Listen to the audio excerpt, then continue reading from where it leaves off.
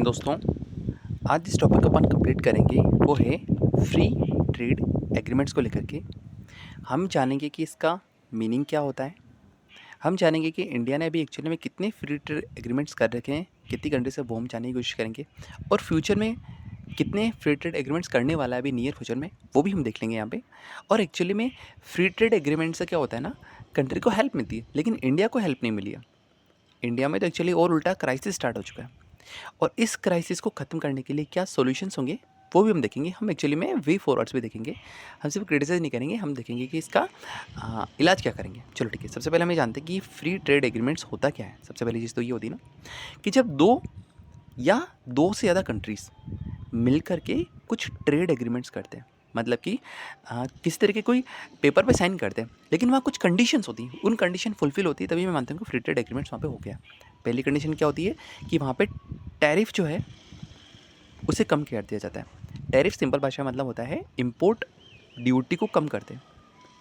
उदाहरण के लिए जैसे यूएई है और वो इंडिया के अंदर में कोई अपनी पैंट भेजता है, उस पैंट की कीमत है 100 रुपीज़।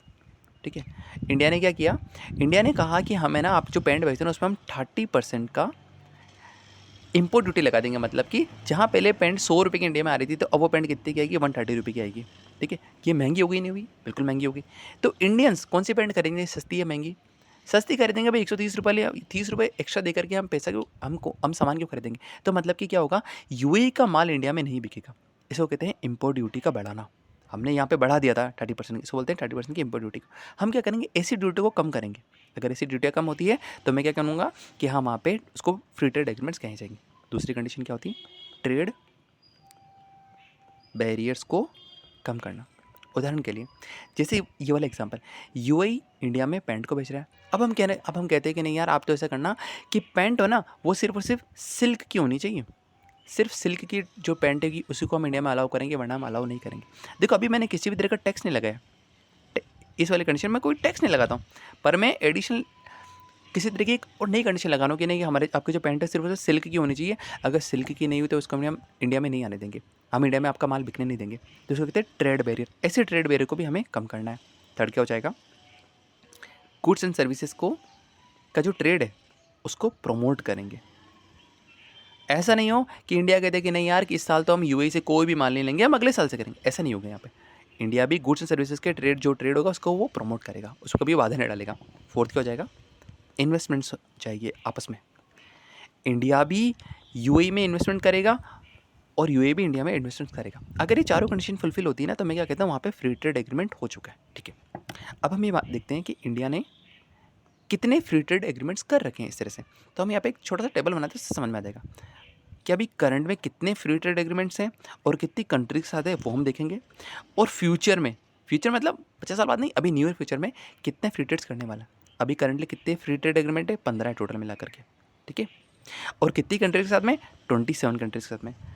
आपके दिमाग में आ रहा होगा यार कि सर 15 फ्री ट्रेड एग्रीमेंट तो 15 ही कंट्रीज होनी चाहिए थे ना यहाँ पे। ऐसा नहीं हुआ, क्यों? जैसे इंडिया ने क्या कर रखा है ना, इंडिया ने एशियन कंट्रीज के साथ भी एक फ्री ट्रेड एग्रीमेंट कर रखा है, लेकिन एशियन में तो 10 कंट्रीज हैं, तो एक तरह से एक फ्री ट्रेड एग्रीमेंट किया और यहाँ पे 10 यहाँ पे ऐड हो गए। क्या मेरी बात समझ में आ गई? ठीक है, अब फ्यूचर में कितने करने वाले हैं, करीबन 9 नए ये एडिशनल फ्री ट्रेड एग्रीमेंट करने वाले हैं। और कितनी कंट्रीज के साथ करेंगे, ये 42 एडिशनल फ्री कंट्रीज के साथ में ये फ्री ट्रेड एग्रीमेंट करने वाले हैं। तो टोटल कितना हो जाएगा, ये 24 फ्री ट्रेड एग्रीमेंट होने वाले हैं इंडिया के साथ में। और कितनी कंट्रीज के साथ में, ये हो जाएगा 69 कंट्रीज के साथ में फ्री ट्रेड एग्रीमेंट करने। सीखने कैसा है, इन दोनों को मैंने ऐड कर दिया। ठीक है सर, बात समझ में आ गई। अभी तो 15-27 सीधी बात है। अब हम देखते हैं कि फ्री ट्रेड एग्रीमेंट से कहाँ चला गया, हमने देखा था फ्री ट्रेड एग्रीमेंट में टैरिफ कम हो रहा है, ट्रेड बैरियर कम हो रहे हैं, गुड्स एंड सर्विस को हम प्रमोट कर रहे हैं, इन्वेस्टमेंट कर रहे हैं। तो इंडिया को तो बहुत हेल्प मिलनी चाहिए थी ना यहाँ से, है ना। इंडिया को तो हेल्प मिलनी चाहिए थी ऐसी सारी फ्री ट्रेड एग्रीमेंट से, पर इंडिया को हेल्प नहीं मिली। यहाँ तो क्राइसिस हो गई, 2 मेजर प्रॉब्लम स्टार्ट हो गई इंडिया में। ठीक है, पहली क्या प्रॉब्लम है, पहली प्रॉब्लम होती है उसको बोलते हैं, ये क्राइसिस यहाँ से लिख रहे हैं, पहली प्रॉब्लम होती है उसको बोलते हैं कि मेक इन इंडिया। जो हमने पढ़ा ऐसा नहीं होता है, ये सिर्फ इंडियंस बोलते हैं, लेकिन दुनिया क्या बोलती है बताऊँ, दुनिया बोलती है कि make in Asian, sell in India. हाँ, ये दुनिया इस तरह से काम कर रही है। अब इसका एग्जाम्पल समझते तब आपको समझ में आएगा, है ना। Make in Asia sell in India, मतलब कि एशिया में बनाओ इंडिया में बेचो। क्यों? एग्जाम्पल से एप्पल की फैक्ट्री है, एप्पल है, ठीक है ना। एप्पल इंडिया में फैक्ट्री डालती है क्या? नहीं डालती है। क्यों? वो कहती है कि यहाँ लैंड मिलना बहुत मुश्किल है। यहाँ पे लैंड लो इतने ख़राब है इंडिया के अंदर में कि परेशान हो जाता है। तहसीलदार के चक्कर काट रहा है, वो कलेक्टर साहब के चक्कर काट रहा है, परेशान हो गया। उसने कहा कि लैंड यहाँ पे मिलना बहुत टफ है।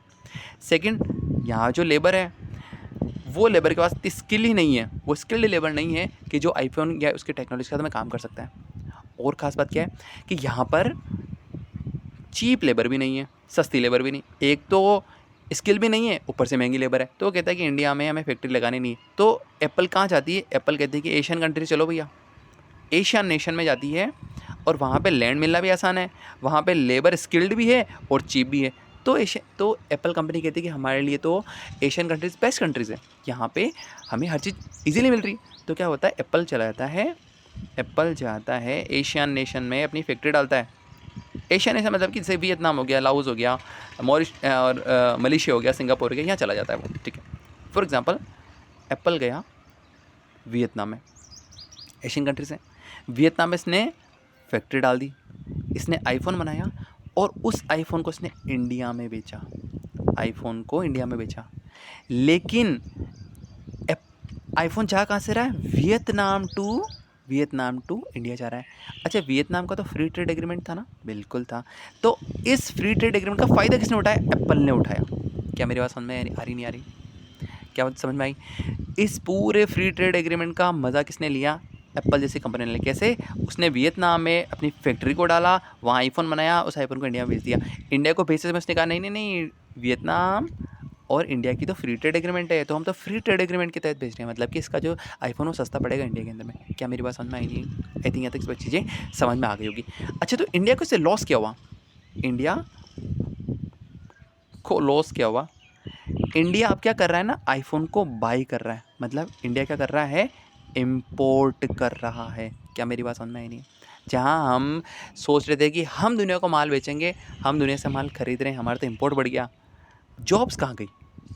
जॉब्स गई वियतनाम में। क्यों? एप्पल ने फैक्ट्री कहाँ डाली? वियतनाम में डाली ना। तो नौकरी किसको मिलेगी? वियतनामीज़ को मिलेगी। इन्वेस्टमेंट कहाँ गया? इन्वेस्टमेंट गया वियतनाम, इंडिया में नहीं गया, इंडिया में नहीं आया। इन्वेस्टमेंट मतलब कि फैक्ट्री कहाँ डाली? वियतनाम में डाली, तो इन्वेस्टमेंट कहाँ गया? वियतनाम में चला गया।